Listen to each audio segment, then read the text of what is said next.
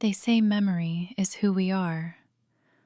But what if everything you remember never actually happened? My name is Sarah Chen.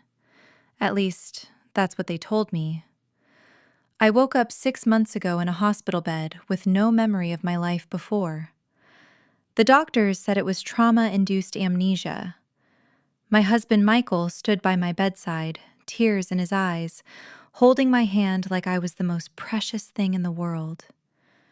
He showed me photos, our wedding day, vacations in Greece, Christmas mornings, a whole life I couldn't remember, but somehow it felt wrong. The first strange thing happened 3 weeks after I came home. I was making coffee in our kitchen, a beautiful modern space with marble countertops and floor-to-ceiling windows overlooking the city. Michael had gone to work. The apartment was silent except for the hum of the espresso machine. That's when I saw it. A photograph. Hidden behind the coffee canister, worn at the edges like someone had held it 1,000 times. It was me, but not me. Same face, same eyes, but different hair, different clothes. Standing next to a man I'd never seen before, holding a little girl. I had no children. Michael and we were planning to start a family, he'd said. Not yet. So who was this child? And why was she calling me Mommy in handwriting on the back of the photo? My hands trembled. The kitchen suddenly felt smaller, colder. I looked around at this perfect life, and for the first time, I wondered if any of it was real. I didn't tell Michael about the photo. Something in my gut told me not to. Instead, I started paying attention, really paying attention. The little things didn't add up. Michael said we'd been married for 5 years, but I found a credit card statement dated only 2 years back with just his name. No joint account. He said we met at a charity gala, but when I asked him which charity, his answer changed every time. And then there were the pills. Small white tablets, 2 every morning with breakfast. Michael handed them to me with orange juice and a smile. For your recovery, he'd say. Doctor's orders. But I never remembered seeing a doctor. Not after that first week in the hospital. One morning, I didn't take them. I hid them under my tongue and spit them out when Michael left. By noon, everything changed. Memories started flooding back. Not the ones from the photos, different ones, real ones. A little girl with dark curls laughing on a swing set, calling my name. A different apartment, smaller, filled with books and children's drawings on the fridge. A man's voice, warm, gentle. Not Michael's voice, singing lullabies in the dark. And then, screaming, tires screeching, glass shattering. An accident. I remembered dying, or almost dying. The crash that took my husband and my daughter. But I survived, barely. And when I woke up, I was here, in this life, with Michael, with no memory of who I really was. Someone had stolen my past and replaced it with a lie. I had to find out the truth, but I couldn't let Michael know I remembered. So I played along, smiled, took the fake pills, pretended to be the woman in the photographs. But every moment he was gone, I searched. I went through every drawer, every closet, every locked cabinet in that pristine apartment. And in Michael's office, in a safe hidden behind a painting, I found the files. Project Revive. Subject, Sarah Chen. Status, integration successful. Previous identity, Elena Martinez. Erasure, complete. Elena Martinez. That was my real name. I wasn't Sarah Chen. I never was. The documents detailed everything. A program. A government black ops experiment. They took people who'd lost everything. People with no family left. No one to miss them. People broken by tragedy. And they gave them new lives, new memories, new identities. But why? I kept reading. The answer made my blood run cold. We weren't just given new lives. We were being prepared, trained, conditioned. Our new husbands and wives weren't partners. They were handlers. And in 6 months, when our integration was complete, when we fully believed we were someone else, we'd be activated. Sleeper agents, living weapons, people who didn't even know what they were. I had been turned into someone else, to be used for something terrible. And Michael, the man who held me at night, who kissed my forehead, who promised to keep me safe. He'd been lying from the very beginning. I had 2 choices, run or fight back. I chose to fight. But I couldn't do it alone. I needed help. I needed someone who knew the truth about Project Revive. That's when I found the name. Dr. James Whitmore, the neuroscientist who designed the memory implantation technology. According to the files, he'd tried to shut the program down 2 years ago. He'd disappeared shortly after, officially listed as a suicide.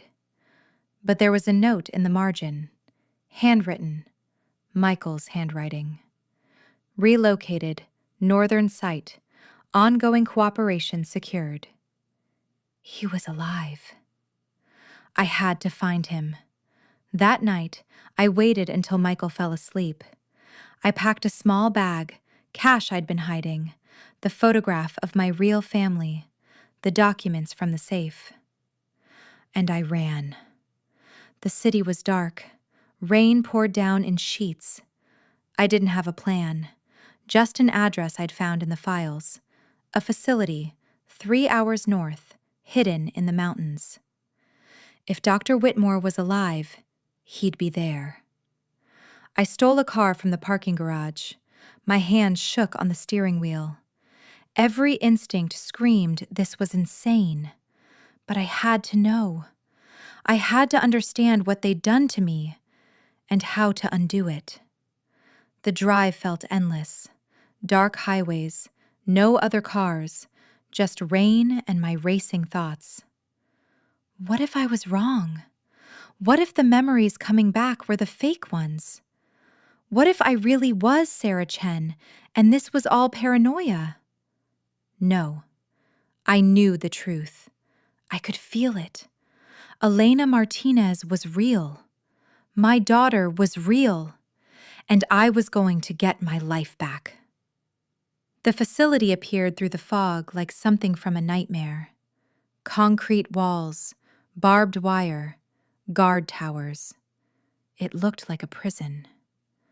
I parked a mile away and approached on foot through the woods.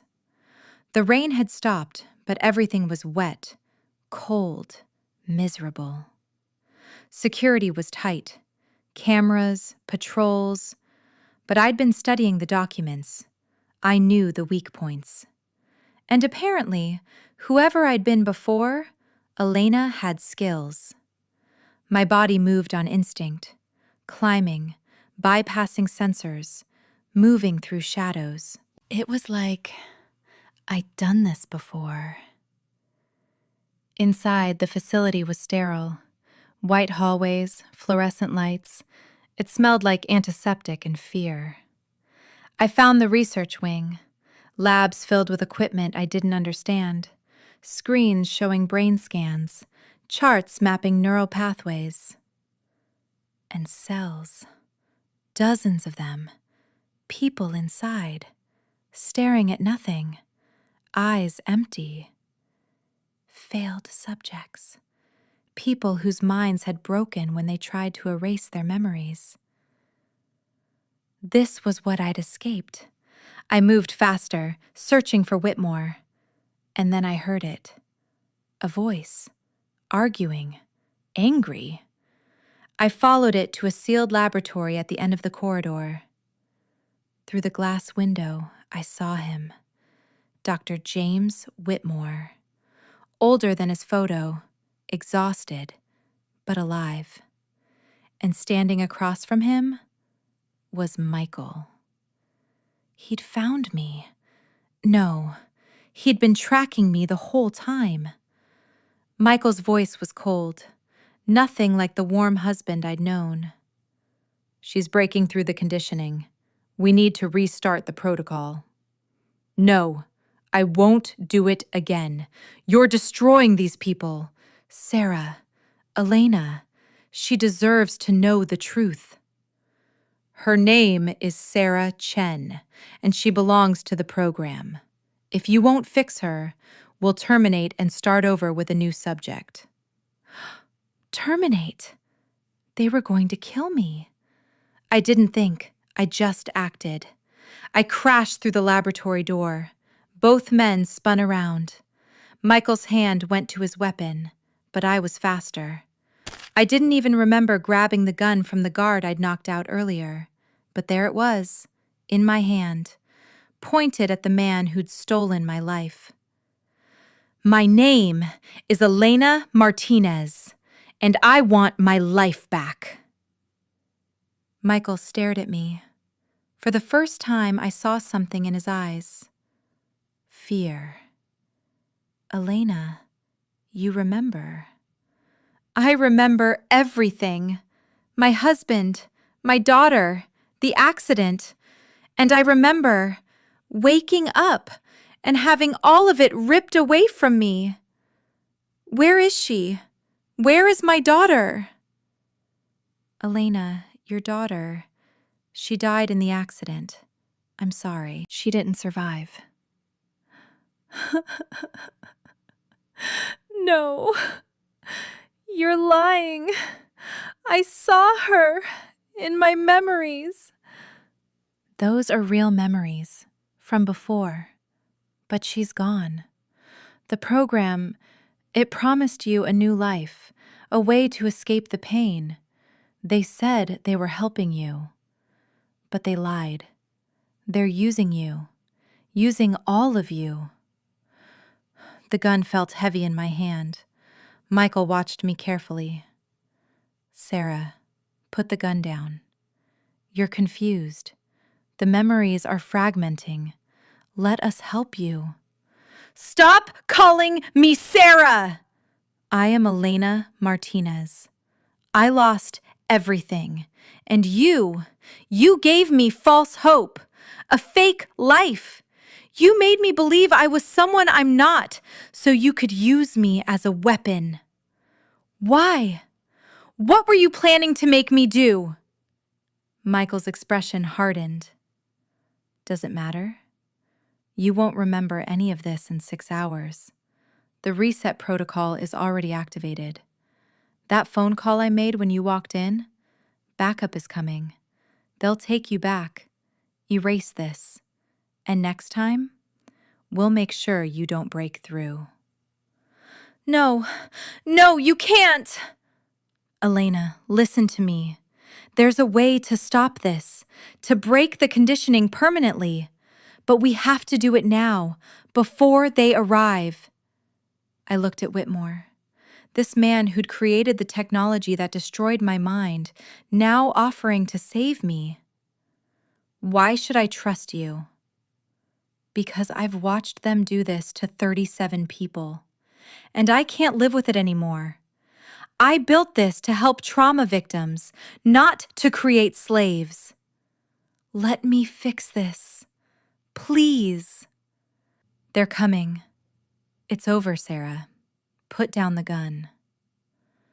I looked at Michael. This man who'd held me, lied to me, controlled me, and I made my choice.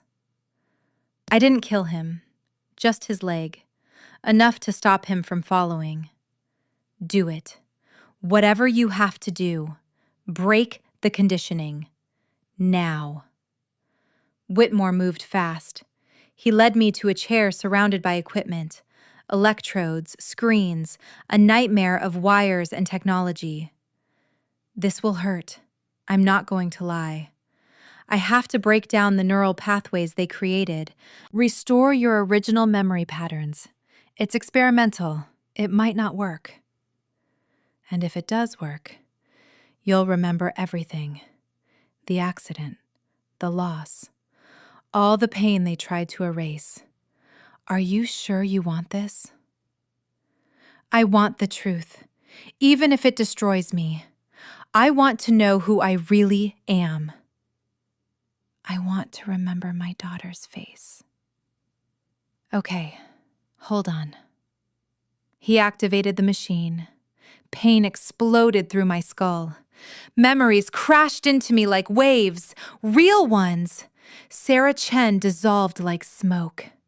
I remembered Elena Martinez, a translator for the UN, fluent in 6 languages, married to David, a kind man who loved literature and terrible jokes. I remembered our daughter, Lily, 4 years old, obsessed with dinosaurs and strawberry ice cream. I remembered the accident, David's hand in mine, Lily singing in the back seat, the truck running the red light, the impact, the darkness. Waking up in a hospital, military personnel, offers, a new life, escape from the pain. I'd said yes. I'd agreed to forget, because living with the truth was too much to bear. But they'd lied. They hadn't given me peace. They'd given me chains. The machine powered down. I collapsed in the chair, gasping, crying. It's done. You're free. The conditioning is broken. They can't control you anymore. Thank you. Operatives flooded into the lab, armed, tactical gear, but I was ready. Elena Martinez wasn't just a translator. The files had shown me, before my family, before the peaceful life. I'd been military intelligence, black ops, skills I'd buried when I chose a quiet life with David. Skills that came flooding back. I moved like water, disarming, striking, using their numbers against them. Whitmore helped, shutting down systems, sealing doors, buying me time. And then we ran. Through corridors, past the cells. I stopped long enough to open them, release the other subjects. Run! Get out! You're free! Chaos erupted. Perfect cover. Whitmore and I made it to the perimeter, stole a vehicle, and drove. We didn't stop until we reached the city. Dawn was breaking. I sat in a diner parking lot, coffee getting cold in my hands. Whitmore beside me. What now? Now, we expose them. I have copies of everything, documents, proof. We take down Project Revive. Make sure they can never do this to anyone else. And the others? The subjects still out there? We save them, one by one. We give them back their lives. I looked at my reflection in the diner window. Elena Martinez stared back, not Sarah Chen. I'd lost my family, but I'd found myself. And maybe that was enough. Over the next 6 months, we worked in the shadows. Whitmore's evidence reached journalists, senators, people who couldn't be silenced. Project Revive was exposed, shut down. Arrests were made. And I found the other subjects. 17 people living false lives. I woke them up, gave them the choice I'd made. Most chose to remember, to be themselves again. A few chose to stay in their new lives. The pain of their past was too great. I understood. I almost made that choice too. But today I visited a cemetery. 2 graves, side by side. David Martinez, Lily Martinez. I laid flowers, told them about what I'd done, how I'd fought to remember them.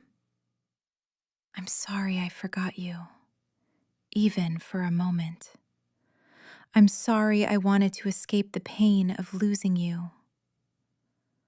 But I'm back now. I'm me again, and I'll never forget you again. Memory is who we are, not the false ones they give us, not the comfortable lies, the real ones, the painful ones, the beautiful ones.